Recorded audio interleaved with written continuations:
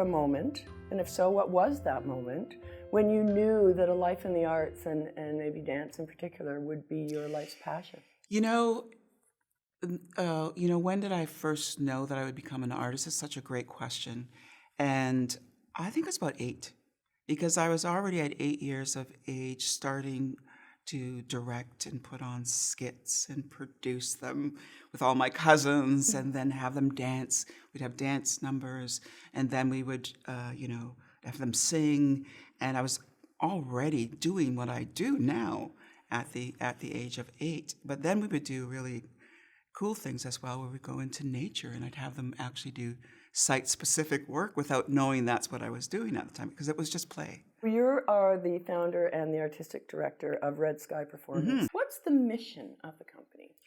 Our mission is basically at Red Sky Performance is to elevate and expand the Indigenous canon of Canada. So we're creating brand new original work from the contemporary Indigenous performance lens. And I'm really interested in the stories that are about Indigenous ingenuity and beauty and resilience. I'm interested in those kind of stories. And a lot of times we have to create them. Right, because perhaps the story that's been told or that people understand is a very different, minute version. Yeah, the stories about us, for so long have been written about us, not by us. So there's a very sort of skewed perspective of who we are. And it's really about looking at, what is our own narrative? What is our own ethos? What's our own Indigenous power to storytelling? What's the vitality that we want to bring forward? And, in doing so, it really just brings so much more to all Canadians. And we are so much more than our issues.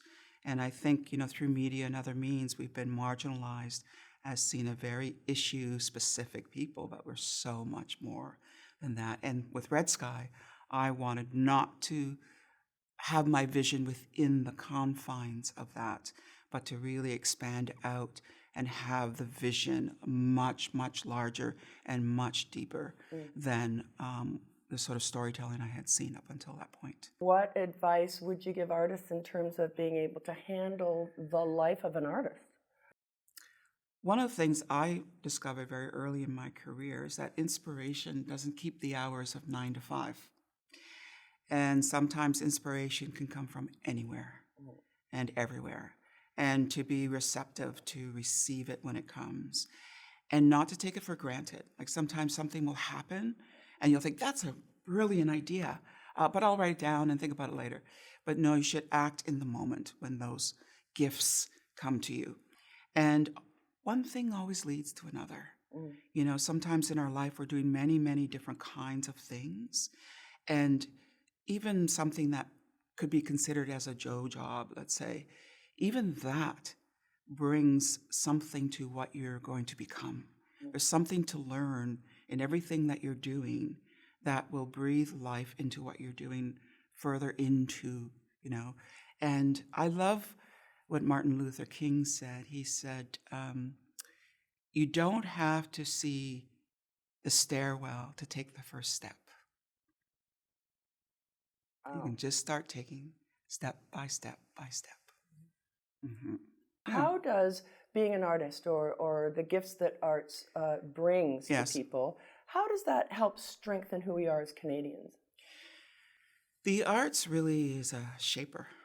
It's a shaper of who we are. And any culture, any nation, any people is based on what we can imagine. What we can imagine for ourselves is who we will become.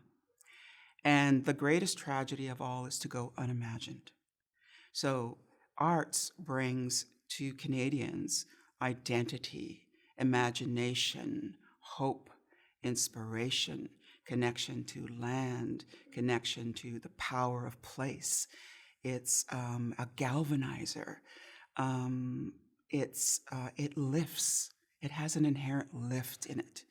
Like politics, for example, there's something about arts that can actually even go above politics and have this inherent lift hope and joy and expression of what is most beautiful about being a human.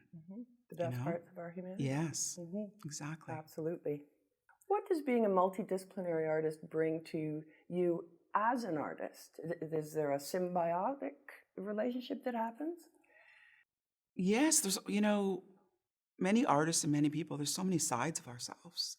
And, one of the sides might be about dance, another side might be about music or entrepreneurship or innovation or, science.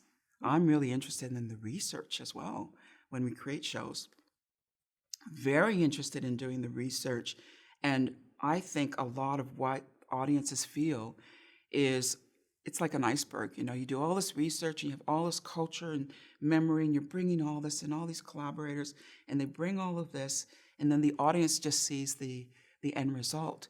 But what they're feeling is that whole iceberg effect of underneath, and that underneath part is almost as important as what they get to see on stage, because they do feel it. Yeah.